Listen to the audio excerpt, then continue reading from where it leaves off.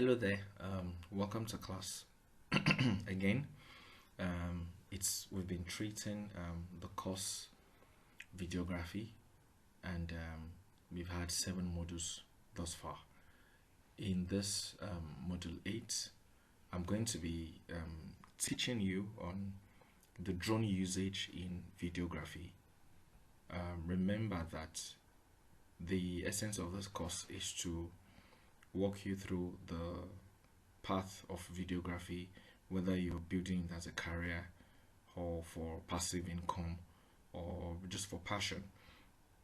And we want to walk you through the beginning process up to you becoming a professional or an expert. Yes, so this is module 8, like I said earlier, and we're looking at drone usage in videography. We're going to be discussing. Let's look at this module. So we'll be talking about the types of drones that we have, and we have the beginner drones, we have the professional drones, we have the cinema drones, and then every other thing that we would be looking at, varying from the checks, the pre-flight checks. What are you supposed to do before you fly your drone? Safe flying practices. What are the things you're supposed to put in place when the drone is up there in the air? Drone shot types. Then more drone shots, and drone usage during events, and drone rules and etiquette. Yeah, so let's get right straight to the introduction, and then I'll begin to tell you how to use a drone in videography. Drones have revolutionized videography by making aerial cinematography affordable and accessible. They allow creators to capture breathtaking perspectives that elevate storytelling and visual impact. Understanding drone operation, safety, and regulations is essential for using them effectively. So that's it, and now we'll go to the drones, and I'm going to start with the beginner drones. Yes, I said in the module of content earlier that there are different types of drones. So examples of the beginner drones that you have are the DJI Mini 2, then you have the DJI Mini SE. These beginner drones are lightweight, they are affordable, they are not that costly, and they are ideal for learning. You don't want to start with something that is pretty too complex, or something that is very, very highly expensive or heavy. So you also have low risk with this beginner drones, and you have easier controls, and the restrictions to them are fewer. So they are best for practice and even for small personal projects. So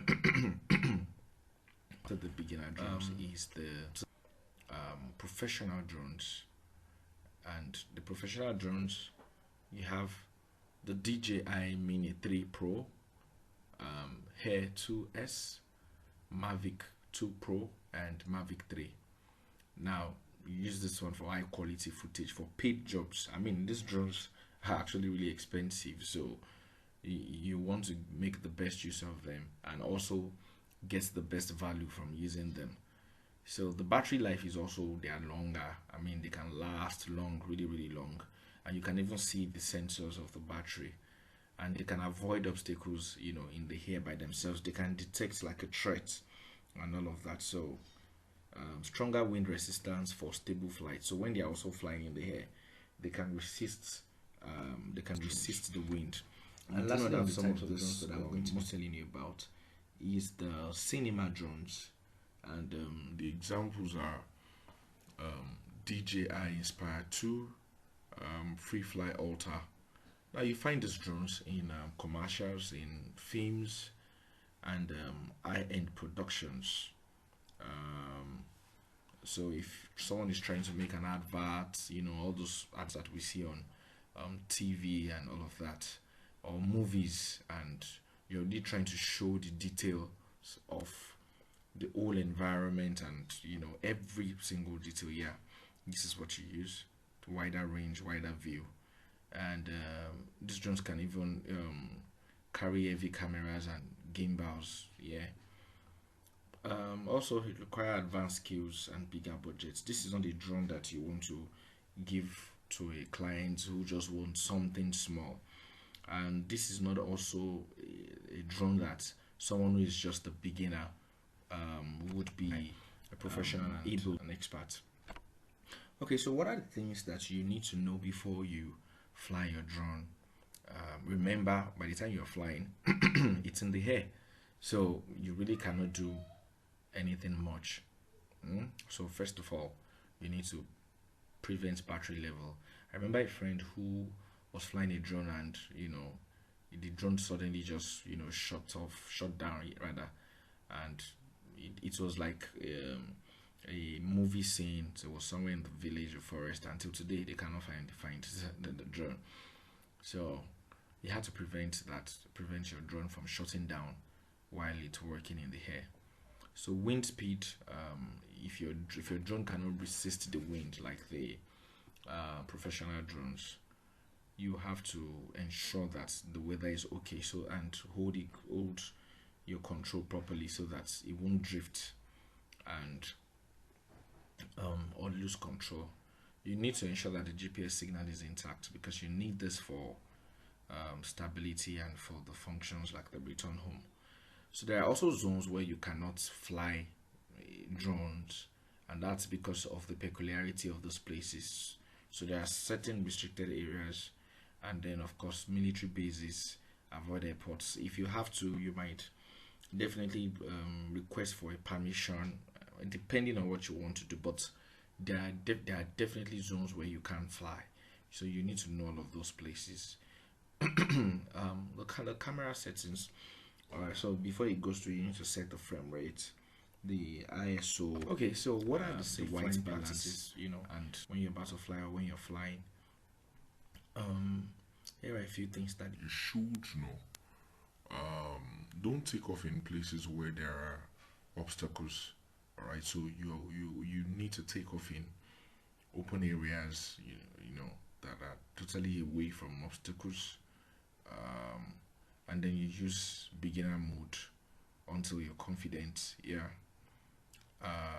Then make sure that you can still see somehow, so you keep the drone within the usual line of sight. And then at every point you have to maintain a 25 to 50 meter, yes, altitude. Then for cinematic footage, for smooth one, you have to fly slowly. Don't be in a hurry and don't rush. Okay, flying safe. Yeah, so those are the types of practices that you could get on a drone. Drone shot types. So one is reveal shot, and it moves from behind object to reveal a scene. The other is bird's eye shot. That's directly downward. It shows patterns and landscapes. And then you have the orbit shot, just like it sounds, orbit, it circles the subject while centered. Then you have the pull away shot. It moves backward or upward, or backward and upward, and revealing the surroundings. So you need to know all of this and know where you need a particular type of shot. Make sure on top of your game. There are still some other drone shots. You have the pushing shot, where the drone flies towards subject for emphasis, just like what people do on the ground using a gimbal and all of that. So you have the tracking shot. It follows a moving subject like cars, couple, cyclists, and all of that. Yeah, so some of this helps, to enhance storytelling and visual engagement, and it's useful across event productions. And so drone usage during events, you have the weddings, can use it to view the venue, the entries, the grand entries, the outdoor portraits. And during church programs, the exterior of the building, the crowds, the processions. If it's an outdoor church program, makes it more beautiful, covers the whole event. For corporate events, you have for brand signage, venue overview, environmental shots. Basically, drones elevate production quality perspectives, and it also, of course, there are rules and etiquette. You have to respect. I mean, for using a drone, you have to respect privacy. Avoid peeking into people's private spaces. Don't fly directly over people for safety. I mean, avoid staying near speakers. That's noise and interference altogether. So don't block photographers, or disrupt event flow. Insane professionalism. And of course, always operate. In conclusion, for me, when used skillfully, drones offer unmatched creative potential and production value. By mastering flight techniques and complying with safety guidelines, videographers can produce dynamic and cinematic aerial footage. Drones are a powerful tool that expands what's possible in modern filmmaking. All right, thank you. I'll see you in the next module again, module 9. I hope this has been very helpful.